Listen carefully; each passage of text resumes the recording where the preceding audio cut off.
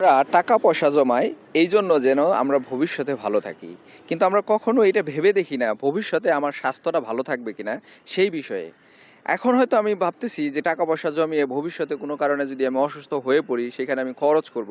কিন্তু এই কথাটা যদি আমরা একটু রিভার্স করে নিয়ে আসি যে এখন সুস্থ থাকার জন্য যদি আমরা টাকা পয়সাগুলো খরচ করি সেইটা ভালো নয় কি?